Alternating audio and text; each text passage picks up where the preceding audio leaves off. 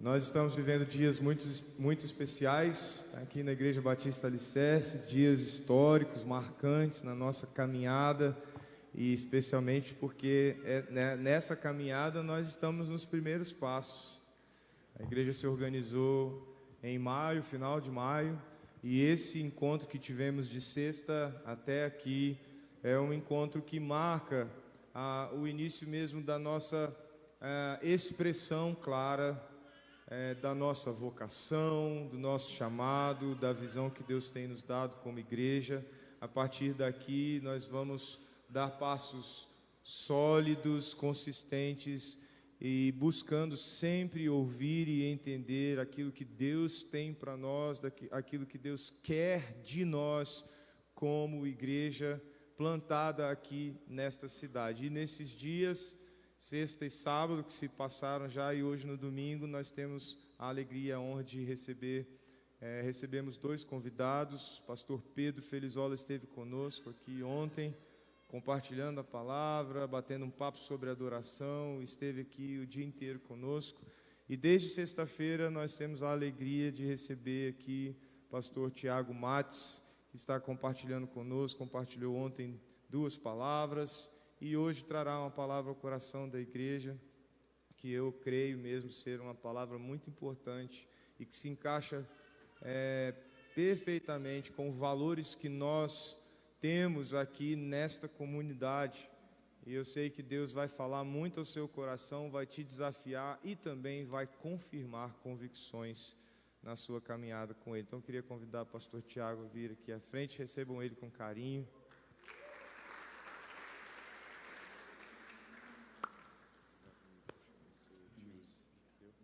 Fique à vontade para falar com a gente. Bom dia, gente.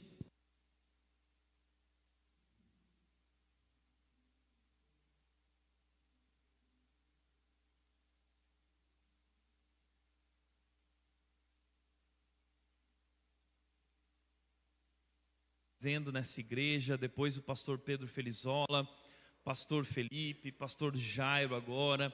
E que especial para mim poder também ter esse tempo junto com eles, conhecendo eles mais de perto, conhecendo de perto aquilo que Deus está fazendo aqui, a história que Ele está escrevendo na vida de vocês e através da vida de vocês. Eu me sinto privilegiado, eu estou muito, muito feliz de verdade. Antes de falar sobre a palavra que eu gostaria de compartilhar nessa manhã, eu quero falar que eu trouxe junto comigo meu novo livro chamado Jesus não é quem você pensa. Jesus não é quem você pensa. Esse livro surgiu de um incômodo no meu coração, por perceber que muitas pessoas dizem acreditar em Jesus, mas não conhecem Jesus de fato. Você já percebeu isso? Todo mundo acredita em Jesus, mas não é o verdadeiro Jesus. É um Jesus criado de acordo com a sua imaginação. Eu costumo dizer que é uma caricatura de Jesus, que não corresponde com o verdadeiro Jesus. E é claro que uma fé no Jesus errado, que não é real, te levará a uma frustração com Deus. Então, o desejo de escrever esse livro foi o desejo de mostrar, apresentar o verdadeiro Jesus, como ele é apresentado na palavra de Deus, especialmente no Evangelho de João. João foi um dos discípulos mais próximos de Jesus, e ele vai compartilhar conosco esse Jesus humano. E nesse livro, então, eu procurei compartilhar sobre esse Jesus. No início, nós apresentamos esse Jesus como Cordeiro de Deus que tira o pecado do mundo. E o livro, ele é todo visual. Eu convidei um dos maiores artistas do Brasil, que é o Felipe Guga. E o Felipe Guga fez todas as artes. E no final, nós temos aqui o leão da tribo de Judá. E o livro, ele vai fazer essa transição entre o Jesus servo, como Cordeiro de Deus que tira o pecado do mundo, até a sua morte e ressurreição, quando então ele assume o trono e ele se torna o Cordeiro de Deus. O livro vai apresentar esse Jesus e, de maneira muito especial, a ideia do livro era criar mais do que uma leitura, uma experiência com Jesus. E nós temos muitos testemunhos do que Deus tem feito através desse livro. Um desses testemunhos foi uma mulher que estava com câncer terminal. A filha dela já tinha orado 15 anos pela vida dela. Ela era uma católica / espírita / budista / esotérica, barra tudo mais que você quiser falar, mas ela não tinha entendido ainda quem Cristo Jesus era. E a filha então comprou o livro e entregou para a mãe com câncer terminal. A mãe leu o livro em apenas 3 dias, devorou o livro. Esse livro aqui, para quem não gosta de ler, é facinho, tá? Você vai adorar. E quem gosta de ler também, claro. Só que então ela ligou para a filha. Ela disse: filha, eu preciso falar com o seu pastor. Por quê, mãe? É urgente. A filha me ligou: pastor, você pode receber minha mãe? Claro. Elas vieram até meu escritório, a mãe muito debilitada. A mãe veio com uma sacola cheia de objetos.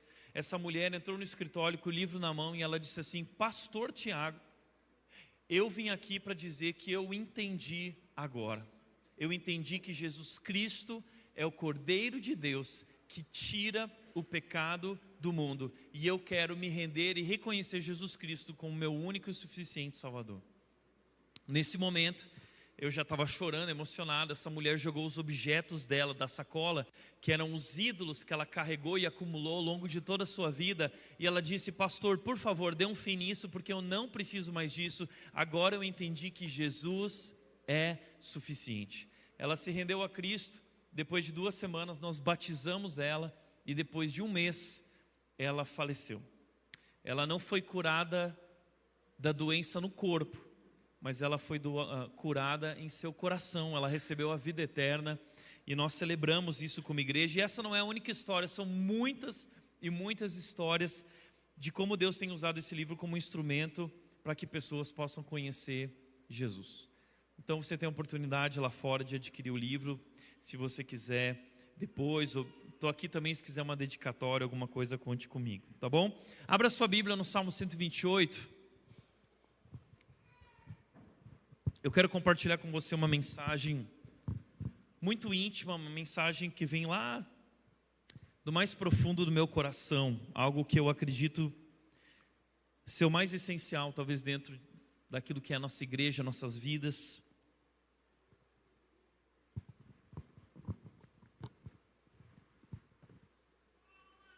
Salmo 128.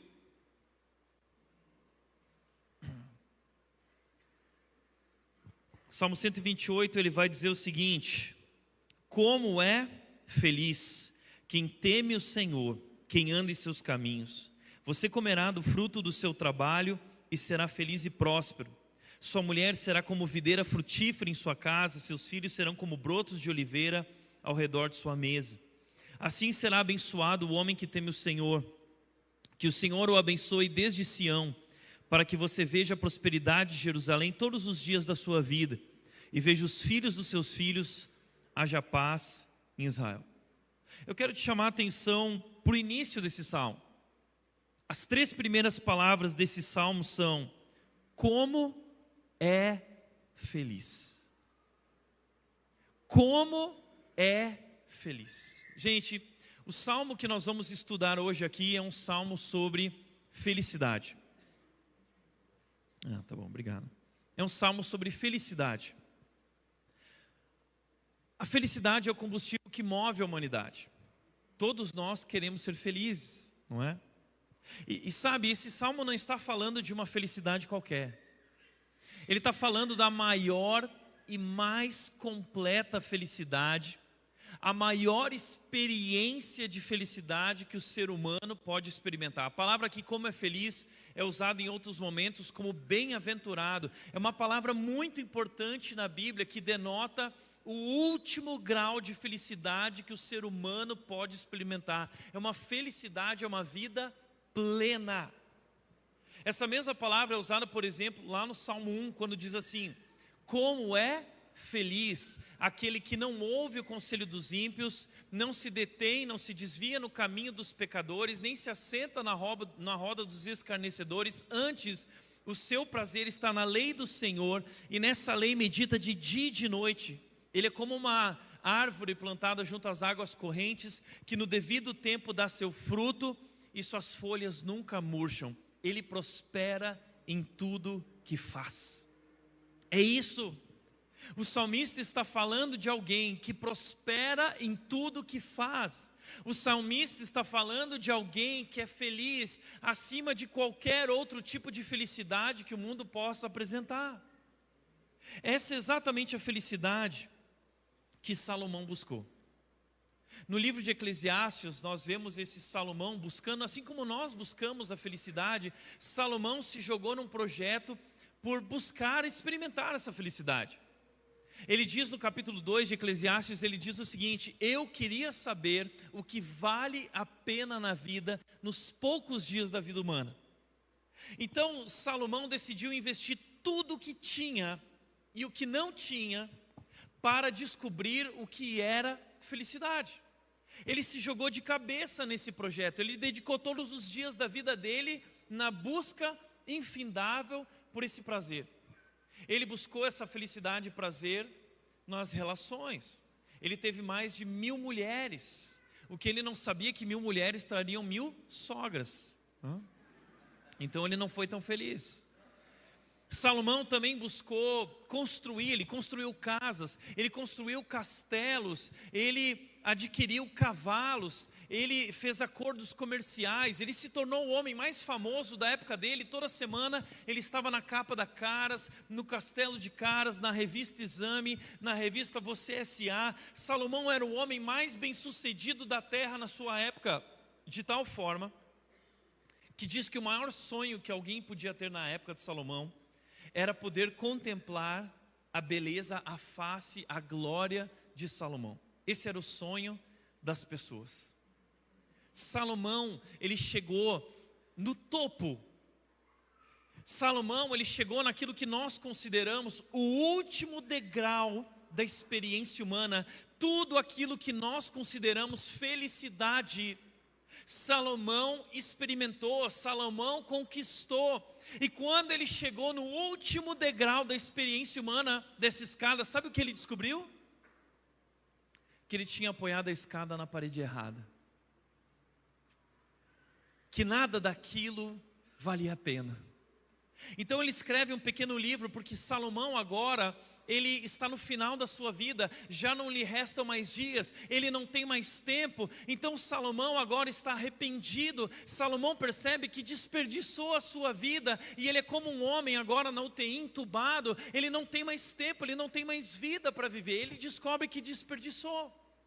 Então ele escreve esse livro, ele está amargurado, ele está arrependido, e ele escreve esse livro de Eclesiastes para alertar os mais jovens que não cometessem o mesmo erro que ele cometeu, que não seguissem o mesmo caminho que ele seguiu, que não apoiassem a escada na mesma parede que ele apoiou, porque a vida não é sobre isso. Então ele diz por 16 vezes no livro dele: tudo vaidade, é correr atrás do vento.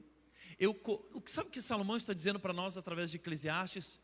Eu corri atrás de nada. E no final do livro dele, Salomão diz o seguinte, no capítulo 12 ele diz: lembre-se do seu Criador nos dias da sua mocidade. Coloque Deus à frente da sua vida. E aí no final do capítulo 12 ele vai dizer: a conclusão é esta. Depois de toda a busca, depois de toda a experiência de Salomão, no final da sua vida, o homem mais sábio que existiu nesse universo disse o seguinte: a conclusão que eu cheguei é esta. Sabe o que vale a pena na vida? Ele diz: tema a Deus e obedeça aos seus mandamentos. Como começa o Salmo 128? Salmo 128 começa dizendo: como é feliz quem teme o Senhor e que anda em seus caminhos. Gente, o Salmo 128 é a resposta à busca de Salomão.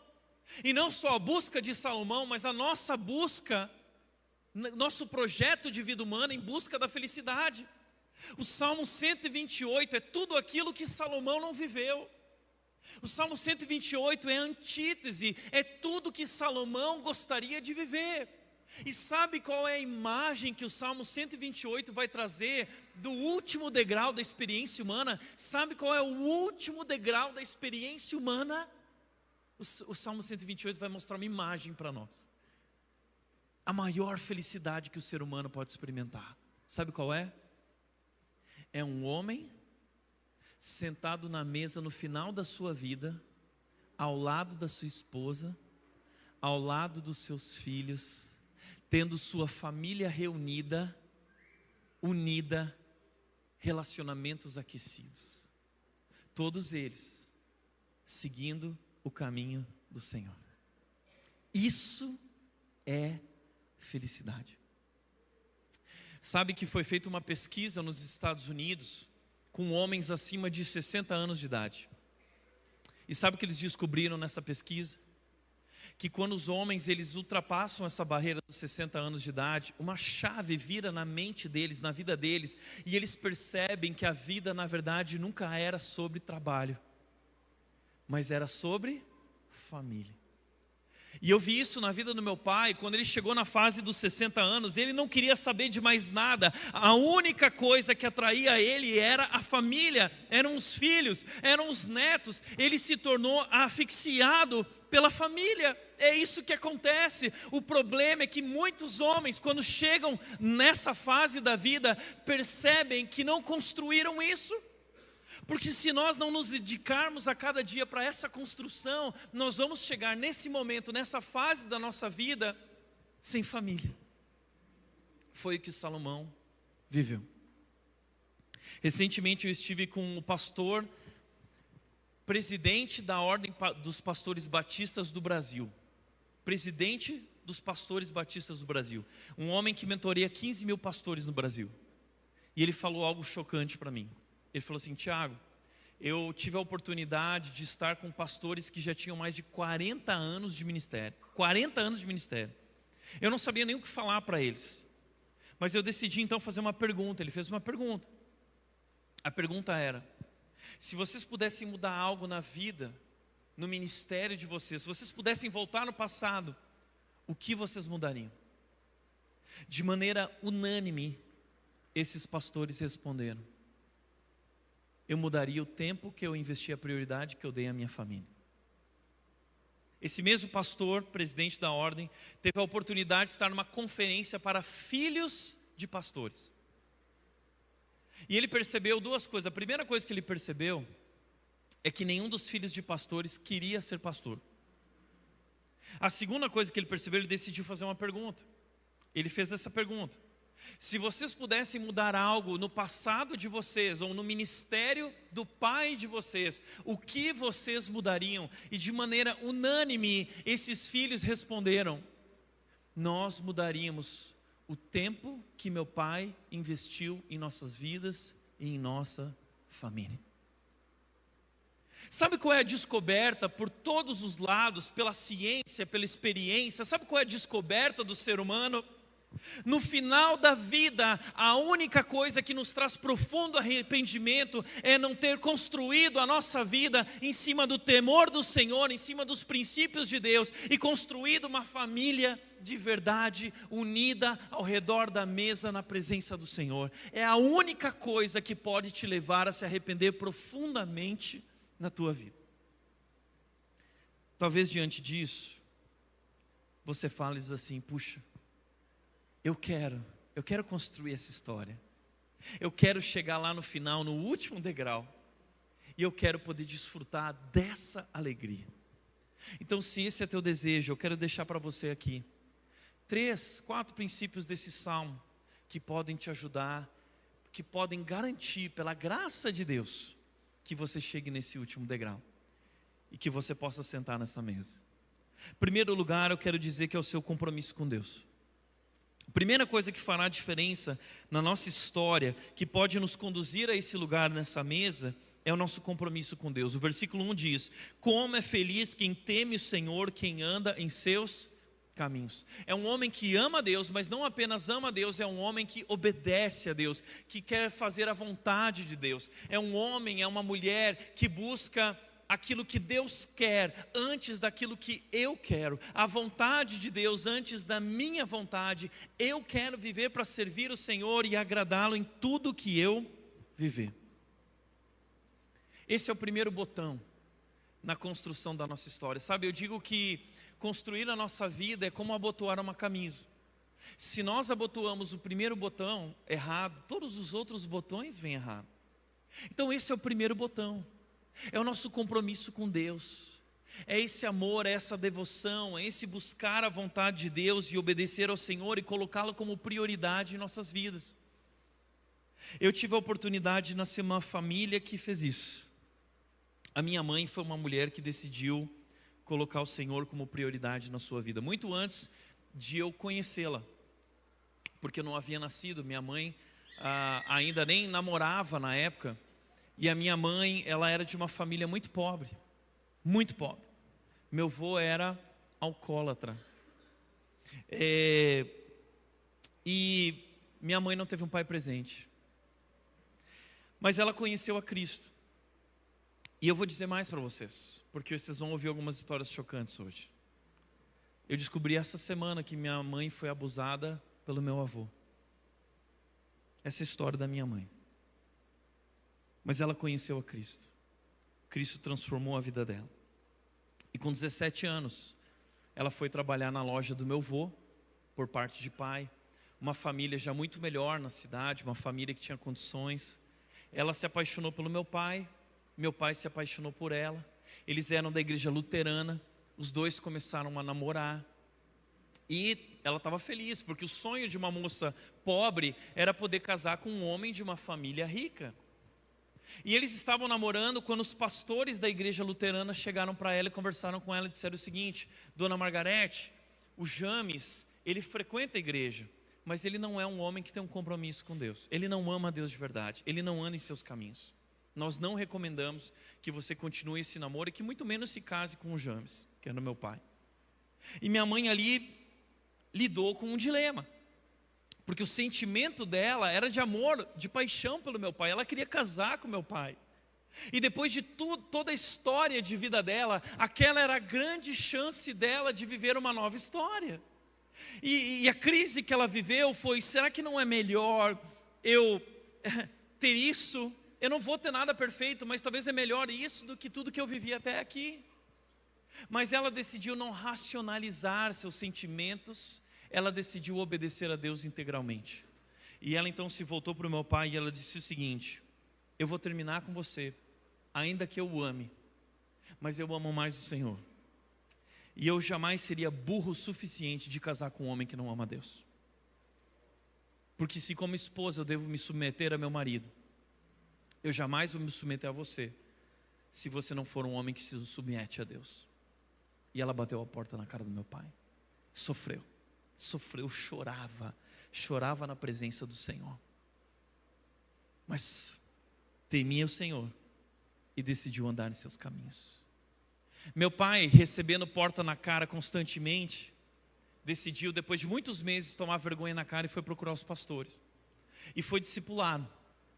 E depois de 1 ano de discipulado, se tornou um homem de verdade, um homem que amava ao Senhor, que buscava agradar o Senhor, andar em seus caminhos. E ele se tornou um grande homem de Deus, de tal forma que os pastores chegaram na minha mãe e disseram: Dona Margarete, agora sim você pode voltar seu namoro e casar com o James, porque ele é um homem de Deus. E foi graças à decisão da minha mãe que eu nasci numa família que tinha um homem que era esse alicerce no lar. Deixa eu te falar uma coisa: as decisões que você toma com relação a namoro e casamento não vão afetar somente a tua vida e o teu futuro, mas vão afetar a vida e o futuro dos teus filhos e dos filhos dos teus filhos. Eu só estou aqui hoje pregando para vocês, porque um dia uma jovem que passou por abuso na sua infância, decidiu obedecer a Cristo integralmente na sua vida. Isso impactou minha vida, isso impacta a vida dos netos, porque essa mulher decidiu colocar Deus em primeiro lugar na sua vida. Eu nasci nesse lar de um homem que amava profundamente a Deus. E eu lembro que quando eu tinha mais ou menos 7 anos, eu era uma criança boba.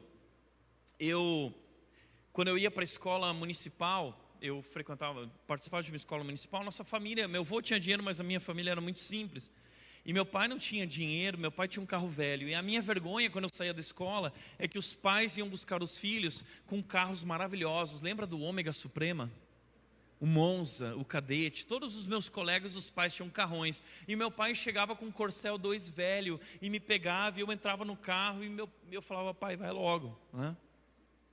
Só que um dia meu pai recebeu uma boa quantia de dinheiro. E a gente ficou muito ansioso, curioso, para saber o que meu pai faria com aquele dinheiro.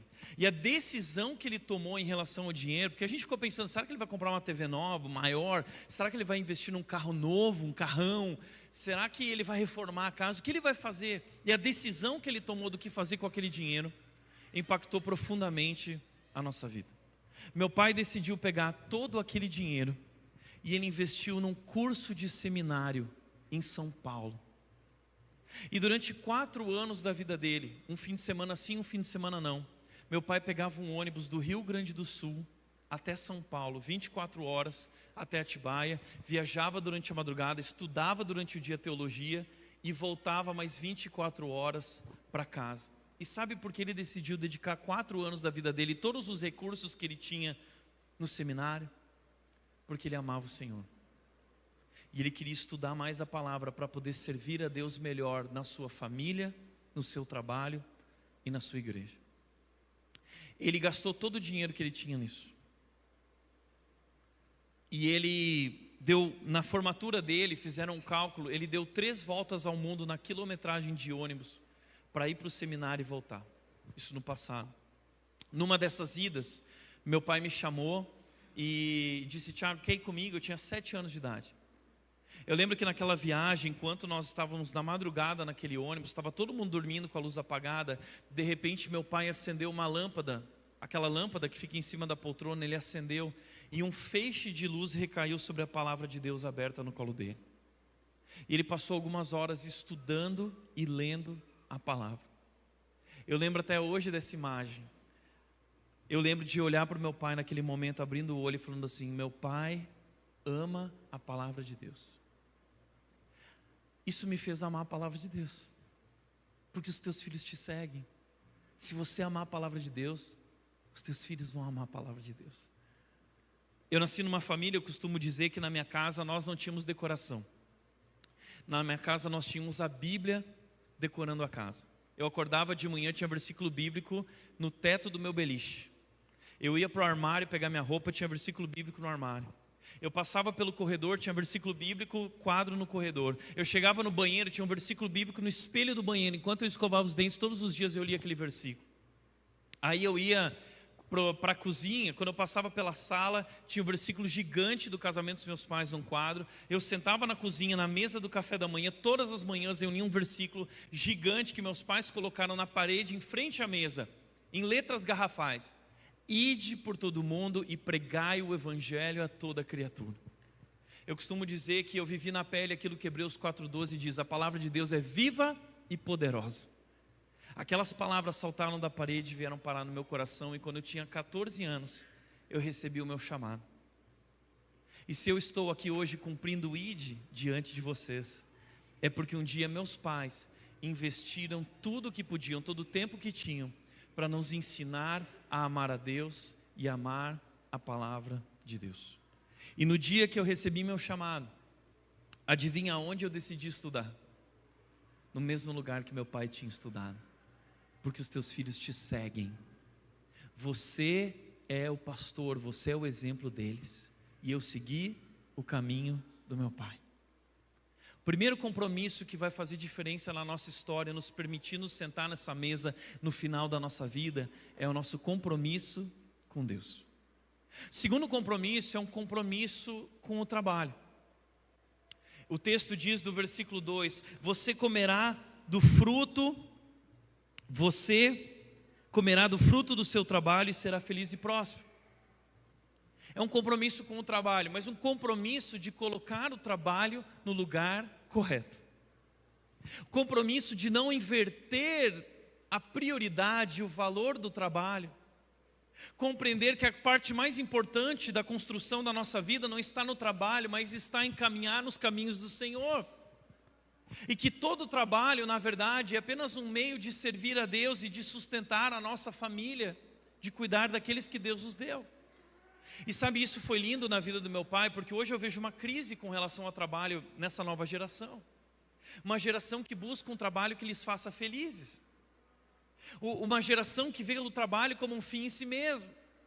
Mas o trabalho não é um fim em si mesmo, o trabalho não é fonte de felicidade, o trabalho é apenas um meio para um fim, o trabalho é um meio para servir a Deus, o trabalho é um meio para sustentar nossas famílias. Nós tornamos o trabalho um fim em si mesmo, a carreira um fim em si mesmo, a carreira se torna o último degrau, a nossa busca, e é ali que nós erramos. Meu pai tinha um trabalho simples, trabalhou no comércio durante 40 anos, não gostava tanto do que fazia. Mas para ele não era sobre isso, não era sobre fazer o que se ama, mas amar o que se faz. E ali ele não parava para pensar, eu quero um trabalho que me realize pessoalmente. Não, era o Senhor que ele realizava pessoalmente. O trabalho era no meio de servir ao Senhor e levar sustento para casa. Mas meu pai teve um pai muito rico, meu avô foi um homem muito rico. Só que meu avô não tinha tempo para os filhos. Ele dedicou tudo que tinha para o trabalho. Meu pai não teve um pai presente. Meu pai teve um pai que dava presentes, mas que não era presente. Isso marcou a vida do meu pai. Então meu pai tomou a seguinte decisão: eu não quero ter essa relação com os meus filhos. Eu vou colocar o trabalho no devido lugar e eu vou me dedicar mais à minha família. Sabe, meu pai não se tornou um homem rico aos olhos do mundo, mas ele se tornou um homem rico aos olhos de Deus, rico na fé, com uma família sentada ao redor da mesa. Essa é a maior riqueza. As melhores coisas da vida não são coisas. Eu nunca esqueço quando os ladrões entraram na nossa casa. Na verdade, eu não estava lá, eu já tinha saído de casa, meu irmão também, minha irmã também. Os ladrões, os assaltantes entraram em casa e renderam meu pai e minha mãe na sala de casa. E foram os dois ladrões mais frustrados da história. Que quando eles entraram na nossa casa, eles deram a volta pela casa, meus pais rendidos na sala, eles foram procurar objetos para roubar, eles chegaram na sala e um virou para o outro e disse o seguinte: vamos embora dessa casa porque esses dois são mais pobres que a gente. E meu pai sempre foi muito sarrista, ele virou para os ladrões e ele disse o seguinte: olha, se vocês puderem fazer o favor, eu não consigo carregar sozinho. Meu pai tinha uma TV, até pouco tempo atrás meu pai tinha uma TV de tubo na sala. Ele falou: vocês podem levar essa televisão embora porque eu não consigo carregar sozinho. Os ladrões ficaram indignados. Meu pai era rico de outras coisas. E sabe, com o meu pai eu descobri que o mais importante para os filhos não é o que você deixa para eles, mas é o que você deixa neles. Meu pai deixou um grande legado para nós. Terceiro lugar, compromisso com Deus, compromisso com o trabalho, mas em terceiro lugar, e tão importante quanto, compromisso com a família. O texto diz: sua mulher será como videira frutífera em sua casa, seus filhos serão como brotos de oliveira ao redor de sua mesa. É um compromisso com a família. Ele compara aqui a esposa com uma videira frutífera e os filhos com brotos de oliveira. Deixa eu explicar isso para vocês. Na nossa cultura é difícil de entender isso, como a sua esposa será como uma videira frutífera. Por quê? Naquela cultura não havia nada mais especial para um homem do que ter uma videira frutífera no seu quintal. Para nós o importante é ter um carro bacana no quintal, né? Na garagem. Para nós o importante é ter talvez alguma outra coisa, mas naquela cultura o maior orgulho de um homem era uma videira frutífera no seu quintal. De tal forma que há uma história na Bíblia de Acabe, não sei quem lembra disso, mas Acabe, ele olhou pela janela e ele viu que o vizinho dele tinha uma videira frutífera no quintal, e ele teve inveja dessa videira frutífera e mandou matar o vizinho para pegar a videira para ele. Então, é sobre isso que ele está falando, sobre uma mulher que se torna esse objeto de orgulho na vida de um homem. Uma videira frutífera. Mas, gente, para que nossas mulheres sejam uma videira frutífera, a videira, ela requer cuidados especiais. Eu vou confessar para vocês uma coisa, tá? Eu tenho muita dificuldade em cultivar plantas. Eu sempre tive o sonho de cultivar bonsai, aquela árvore japonesa. E eu comprei o bonsai, comecei a fazer o curso, só que eu matei o bonsai. Eu fiquei muito triste. Então eu comprei outro bonsai, e eu matei de novo o bonsai. Então eu mudei de planta, eu fui mudando de espécies de plantas para ver se eu conseguia cultivar alguma planta. Eu matei todas as plantas que eu adquiri, até que eu decidi entrar no mundo dos cactos. E eu falei assim: O cacto não tem como eu matar. E eu matei todos os cactos que eu tive. E eu descobri que eu tenho essa incrível habilidade de não saber lidar com plantas. Lá em casa agora é só planta artificial. Mas sabe, eu creio que nós homens somos exatamente assim. Com relação às nossas esposas. Nós temos a incrível habilidade de não saber lidar com elas. De não ser sensível às necessidades delas. De não saber se comunicar devidamente, corretamente com elas. E com isso, nós fazemos as nossas videiras frutíferas secarem. O que a Bíblia está dizendo é que nós, como homens, somos agricultores de uma videira. E a videira, para que ela gere frutos, ela requer cuidados especiais. Ela requer sensibilidade do agricultor. Ela requer atenção do agricultor. Ela requer o cuidado e o amor de um agricultor que se importa com ela. Mas nós, homens, temos uma tremenda dificuldade de cultivar as nossas esposas. E elas acabam secando. A videira seca. E muitas vezes a gente olha para nossa esposa e diz: o que está acontecendo com você? Por que você anda sempre triste? Por que você está sempre reclamando? Mas nós não percebemos que é a nossa parte que impede essa videira de florescer e se tornar mais viva. Talvez você está ouvindo isso e dizendo: Tiago, não fala uma coisa dessas, eu vou chegar em casa. Tiago, me explica como nós podemos agradar as mulheres, é tão difícil agradar as mulheres. Foi construída uma loja lá em Nova York, a primeira loja de maridos do mundo. Você pode chegar nessa loja lá em Nova York, a loja ela tem 6 andares. Você pode comprar, você vai até essa loja e você compra um marido. E cada andar dessa loja tem um marido mais especial, com mais atributos e qualidades. Só que essa loja ela tem 2 regras. A primeira, você pode comprar um marido em qualquer andar que você entrar, você pode entrar lá e comprar um marido. Mas à medida que você vai subindo para o andar seguinte, você não pode mais voltar para outro andar. Você subiu, você só pode continuar subindo ou comprando um marido naquele andar em que está. Pode comprar a qualquer momento. E uma mulher decidiu ir lá, ela foi até essa loja, ela entrou no primeiro andar, estava assim: seja bem-vinda à loja, nesse primeiro andar nós temos maridos que, nesse primeiro andar aqui, nós temos maridos que têm um emprego. E ela pensou assim: puxa, que legal ter um homem que tem emprego, vou ter sustento, então, bacana. Mas ela ficou curiosa para o segundo andar. E ela foi para o segundo andar. E lá estava assim: aqui nós temos maridos que têm emprego e amam crianças. Ela falou: puxa, um homem que tem emprego e gosta de família. Mas ela ficou se coçando, falou: eu preciso ir para o terceiro andar. E quando ela foi para o terceiro andar, chegou lá: aqui nós temos maridos que têm emprego, que amam crianças e que são lindos e cheirosos. Ela ficou muito empolgada. Imagina um homem lindo, que tem emprego, que ama a família. E ela não se aguentou, ela foi para o quarto andar. Quando ela chegou no quarto andar, eram homens que têm emprego, que amam crianças, que são lindos e que são românticos. E essa mulher já não se aguentava mais.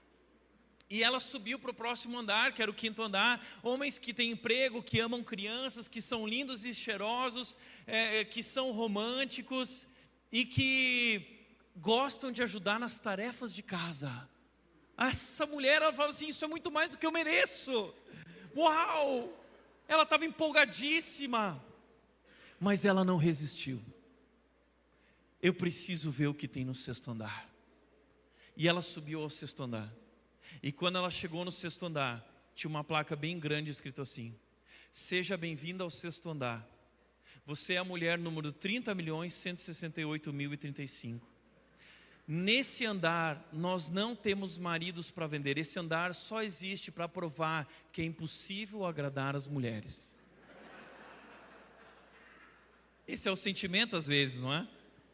Mas sabe, quando eu estou completando semana que vem 10 anos de casamento com a Nath, a minha esposa. Quando eu tinha 2 anos de casamento, a Nath virou para mim e ela falou: Tiago, eu acho que você não me ama. Eu não me sinto amada por você. Você não toca o meu coração. Imagina, para um pastor ouvir isso é algo chocante, não é? E eu fiquei atordoado. Mas eu pensei comigo mesmo algo que nós não podemos, a gente não pode nunca expressar isso para as mulheres, mas eu pensei comigo mesmo, interiormente eu pensei assim, ela é louca. Ela é louca. Por quê? Porque eu pensei assim, não, mas ontem eu falei para ela que eu amo ela. Ontem eu falei para ela que eu amo ela. E eu sou um cara muito expressivo, gente. E eu falo sempre para ela, amor, você tá linda. Amor, como você é linda. Amor, como eu te amo. Eu sou muito de falar. E eu fiquei pensando comigo, não é possível. E antes de responder a ela, eu decidi, em 1 minuto de sabedoria que Deus me deu, fazer uma pergunta para ela. E a pergunta que eu fiz para minha videira foi: por que você não se sente amada? E sabe qual foi a resposta dela? Porque você não leva o lixo nunca. Eu já te pedi diversas vezes e você não leva o lixo. E gente, eu fiquei muito confuso naquele momento. E aí foi que eu descobri um livrinho pequeno chamado 5 Linguagens do Amor. E aí eu fui ler aquele livro e eu descobri que existem 5 maneiras de expressar amor. As pessoas se comunicam e gostam de receber e dar amor nessas linguagens diferentes. Toque físico, tempo de qualidade, palavras de afirmação, atos de serviço e presentes. E eu descobri que eu sou palavras de afirmação. Eu gosto de falar e eu gosto de ouvir também. Para mim não há maior alegria do que terminar o domingo, entrar no meu carro depois daquela pregação, entrar no carro e a Nath virar para mim e falar assim: amor, que mensagem incrível. Sabe quando isso acontece? Nunca. Só que a Nath, ela é atos de serviço e tempo de qualidade, mas ela é muito atos de serviço, porque para piorar a minha situação, a Nath tem um pai que é o MacGyver. A referência dela é o pai dela, é aquele homem que quase anda com o cinto cheio de ferramenta e ele sabe fazer tudo. Essa é a expectativa da Nath. Para ela, amor é serviço, amor é ajudar nas tarefas de casa, é ajudar a cuidar da Mel, dar banho na Mel, ajudar a guardar as roupinhas da Mel, deixar a louça limpa. Então eu decidi fazer isso. Eu decidi deixar a pia limpa. Eu acordei cedo, arrumei a louça, deixei a pia limpa e deixei um bilhetinho na geladeira. Amor, levei o lixo também e escrevi assim, em vez de escrever amor eu te amo, eu escrevi amor, levei o lixo. Foi a partir dali que nós tivemos a nossa filhinha Mel. O problema da Nath, que eu costumo dizer, é que a linguagem de amor da Nath não é atos de serviço. A linguagem da Nath é atos de escravidão. Mas sabe, é muito difícil muitas vezes atender às expectativas das nossas esposas, não é? Cuidar delas, não é fácil para nós homens cuidar, as mulheres são diferentes. Eu nunca esqueço quando a Nath entrou no puerpério, que é aquele primeiro mês depois que a criança nasce. E eu e a Nath nos preparamos para o nascimento da Mel, a gente estudou muito para ter a Mel. E a Nath tinha medo do puerpério, ela tinha medo do que ia acontecer no puerpério. De aquela montanha-russa emocional que a mulher vive com relação aos hormônios, a privação do sono. E chegou o primeiro mês e teve um dia que a Nath não estava bem. A Mel tinha acabado de nascer e eu entrei no quarto. A Nath não estava bem, a Nath derramou sobre mim toda a angústia dela, do puerpério. E foi naquele momento que eu sou pavio curto e eu saí do quarto, nós não tivemos uma resolução ali naquele momento. E eu bati a porta. Eu não consegui lidar com aquilo. E aí eu fui para a sala de casa. E naquela semana minha mãe estava em casa. E minha mãe tinha vindo visitar a gente para conhecer a Mel. E quando eu cheguei na sala, eu virei para minha mãe e eu disse para ela o seguinte: mãe, hoje está difícil. E a minha mãe virou para mim e disse o seguinte, apontou o dedo na minha cara e falou assim: morra! Morra para si mesmo, porque Cristo te chamou para amar tua esposa como Ele te amou, e Cristo te amou dando a vida por ti. E esse é o momento que tua esposa mais precisa de você. Morra para si mesmo, esvazie-se. Qual é a mãe que vira para um filho e diz: morra? É uma mãe que entendeu o Evangelho. É uma mãe que teve um marido que morreu para si mesmo e que liderou a sua vida, como Cristo amou a igreja. Sabe, você entendeu errado o que significa o homem ser o cabeça da mulher. Nós entendemos errado. Sabe por que nós entendemos errado? Porque na nossa cultura, ser o cabeça é mandar. Na nossa cultura, ser o maior é controlar. Mas na cultura do reino de Deus é completamente diferente. Jesus não disse que o maior no reino de Deus é o menor. Jesus não disse que o primeiro deve ser o último. Então, quando Jesus disse que nós somos o cabeça, Ele não estava dizendo que somos nós quem mandamos, Ele estava dizendo que somos nós quem morremos em primeiro lugar. O cabeça é o primeiro a morrer, o cabeça é o primeiro a ceder, o cabeça é o primeiro a se esvaziar, o cabeça é o primeiro a servir, o cabeça é o primeiro a não pensar em si mesmo, mas pensar no outro e dar a vida pelo outro, porque foi dessa maneira que Cristo foi o cabeça da igreja. Como Cristo amou a igreja? Cristo amou a igreja mandando nela? Cristo amou a igreja exigindo que a igreja o servisse? Não, Cristo veio ao mundo, abriu mão de si mesmo e morreu para si mesmo e serviu a igreja e lavou nossos pés. Cristo é a referência de cabeça. Nós estamos sendo chamados como homens em nossa liderança a morrer. É uma liderança que morre, é uma liderança que se esvazia, é uma liderança que não pensa em si mesmo. Na minha casa nós tínhamos o costume de ter o cultinho doméstico, toda quinta-feira. Meus pais eram muito criativos, toda quinta tinha uma coisa diferente. Aí teve um dia que meu pai deixou 3 cartolinas em casa, e ele falou: olha filhos, vocês vão preparar com essa cartolina uma coroa, um cedro e um cartazinho com Provérbios 31:30. A beleza é enganosa, a formosura é passageira, mas a mulher que teme ao Senhor será reconhecida. Meu pai chegou do trabalho, tivemos o jantar, vamos para o cultinho doméstico. A gente foi lá, meu pai deixou a gente no corredor preparado e ele trouxe minha mãe na sala e ele disse o seguinte: hoje nós vamos ter a coroação da rainha do nosso lar. Meu pai trouxe minha mãe e fez ela sentar no trono, que era a poltrona lá de casa. Então ele disse: agora venham os súditos da rainha.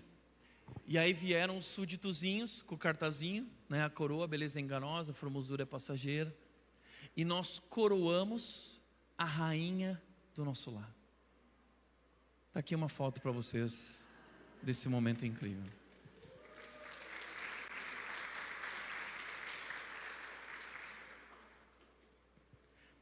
Eu não lembro o que meu pai disse nesse dia, mas eu não preciso lembrar. A imagem que eu tenho do meu pai foi de um homem que amou a sua esposa como Cristo amou a igreja. Por último, o texto diz, Salmo 128, ele continua dizendo: seus filhos serão como brotos de oliveira ao redor de sua mesa. Sabe por que como brotos de oliveira?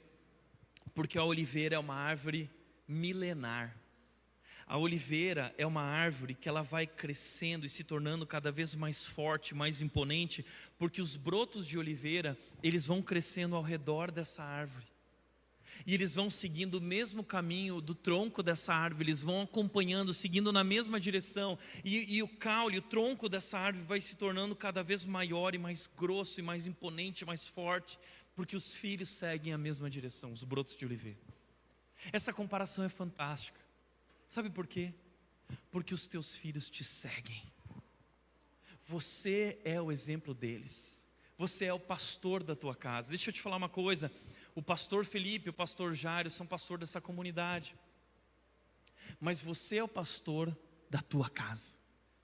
E a palavra de Deus não pode estar aberta só nessa casa, precisa estar aberta na tua casa também. A oração não é algo que acontece só nessa casa, precisa acontecer na tua casa também.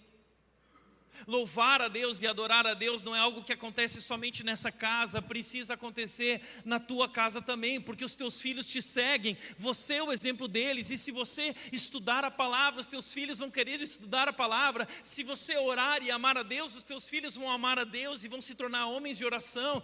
Se você buscar andar nos caminhos do Senhor, os teus filhos vão buscar viver na direção em que você está vivendo também. Ensina a criança no caminho que deve andar, e ainda quando forem velhos, não se desviarão dele. É a palavra de Deus nos mostrando que nós somos o exemplo dos nossos filhos.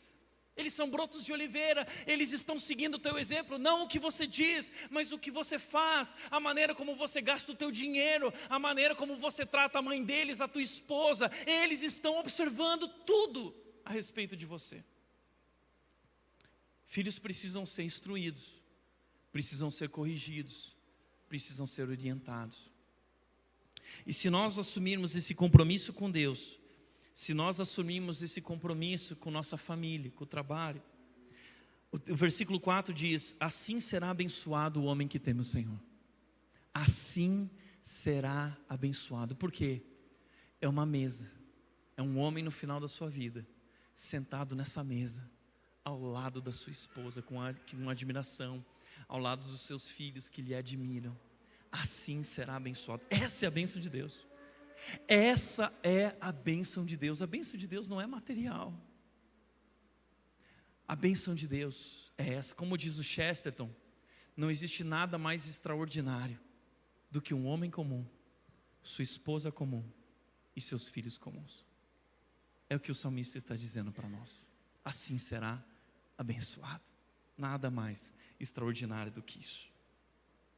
E para encerrar, o quarto compromisso é um compromisso com a nossa sociedade, com a nossa comunidade.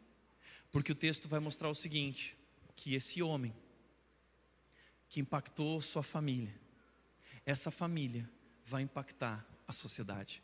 O texto diz que o Senhor o abençoe desde Sião, para que você veja a prosperidade de Jerusalém todos os dias da sua vida e veja os filhos dos seus filhos. Haja paz em Israel. Sabe por que há prosperidade e paz em Israel?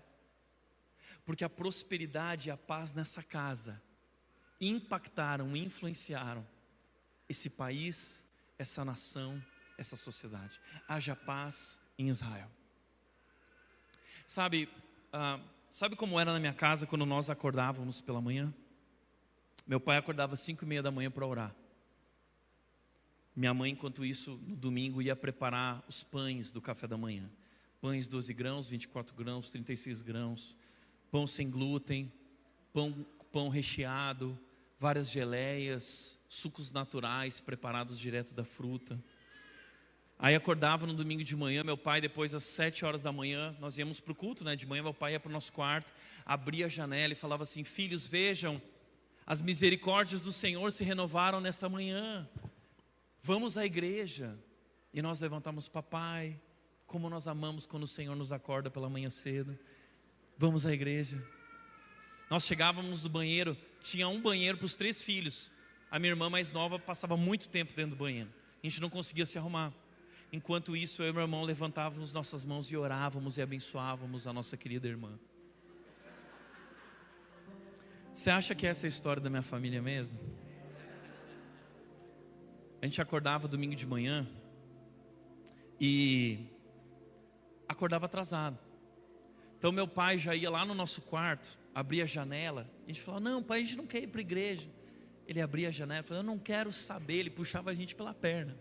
Vocês vão para a igreja. E aí chegava no banheiro, minha irmã estava lá, começava aquela briga. Gente, 3ª Guerra Mundial para se arrumar para ir para a igreja. Meu pai ia para o carro, minha mãe recolhendo as coisas e as crias, né? O filho ranhento lá na mão dela, aqui assim. E meu pai estava lá no carro buzinando: vamos, vamos. E minha mãe entrava no carro dizendo assim: puxa, mas você podia ter me ajudado. E eu e meu irmão brigando atrás. E assim nós íamos para a igreja, 3ª Guerra Mundial. Até que quando chegava na rua da igreja, meu pai virava para nós e falava assim: agora chega! Aí meu pai saía do carro, ia até a porta da minha mãe, abria a porta e falava assim: venha, joia rara. Chegava lá na nossa porta: venham filhos queridos, herança do Senhor, me aljava, abria a porta, né? E a família Colgate entrava na igreja com a Bíblia debaixo do braço e virava para o irmão da porta e falava assim: a paz do Senhor. Veio em guerra até ali, mas na porta da igreja é a paz do Senhor. Gente, quando ele diz haja paz em Israel, é porque a paz de Israel é a paz dessa família. Essa paz começa na nossa casa. Eu sempre digo que nosso sucesso como sociedade não depende do que acontece aqui em Brasília, no governo. O nosso sucesso como sociedade depende dentro do que acontece em nossos lares. O poder para transformar a nossa cidade, a nossa sociedade, a nossa nação não está nas estruturas do governo, está na estrutura dos nossos lares. É a partir dali que nós podemos promover impacto no mundo. Como disse Rui Barbosa, a família é a célula máter da sociedade. Ou seja, a família é a célula principal da sociedade. Se nós queremos destruir a sociedade, o que nós precisamos fazer? Destruir a família. E o que nós temos visto acontecendo no nosso mundo hoje? Ataques do maligno por meio de todos os canais e meios possíveis à família. A abertura das Olimpíadas, destruindo o conceito de família. É um mundo que está comprometido em destruir a família. O diabo sabe que é ali que ele pode destruir a nossa sociedade. Portanto, se nós queremos um novo país, se nós queremos um novo Brasil, nós não vamos mudar a nossa nação apenas com o nosso voto. Nós vamos mudar o nosso país com o nosso compromisso com o Senhor, cultivando nossas videiras frutíferas, cuidando dos nossos brotos de oliveira e garantindo que em nosso lar, em nossas vidas, nós serviremos ao Senhor. E se houver paz em nossos lares, pode haver paz em Israel. Como disse o Mário Sérgio Cortella, o mundo que vamos deixar para os nossos filhos depende dos filhos que nós vamos deixar para esse mundo. Esse é nosso legado, essa é a nossa responsabilidade.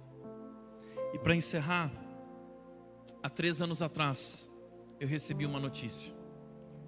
Meu pai me ligou e disse: filho, eu estou com um câncer. É um câncer terminal. Foram 2 meses, meu pai morreu. Mas antes da morte dele, na cirurgia da qual ele não voltaria, eu tive a chance de pegar um avião e ir para o Rio Grande do Sul e passar a noite com ele. E naquela noite eu virei para o meu pai e eu falei assim: pai, como você se sente? É uma cirurgia de risco. E ele abriu um sorriso para mim na mais perfeita paz e ele disse: filho, eu tenho paz e eu estou pronto, porque eu depositei a minha vida nas mãos do nosso Senhor e Salvador Jesus. Cuida da mãe se algo acontecer comigo. E quando meu pai voltou da cirurgia, ele não estava bem. Em um determinado momento ele disse para mim: Tiago, você pode me dar a mão? E eu dei a mão para o meu pai. Aquela mão que até aquele momento sempre tinha me protegido, que era símbolo de segurança. Meu pai tinha 1,92 m, eu não sei o que aconteceu comigo. Mas no momento em que eu dei a mão para o meu pai, Deus falou comigo dizendo o seguinte: Tiago, chegou a hora. Eu vou levar teu pai. E você teve o privilégio de viver ao lado desse homem. Que graça, que privilégio, que dádiva.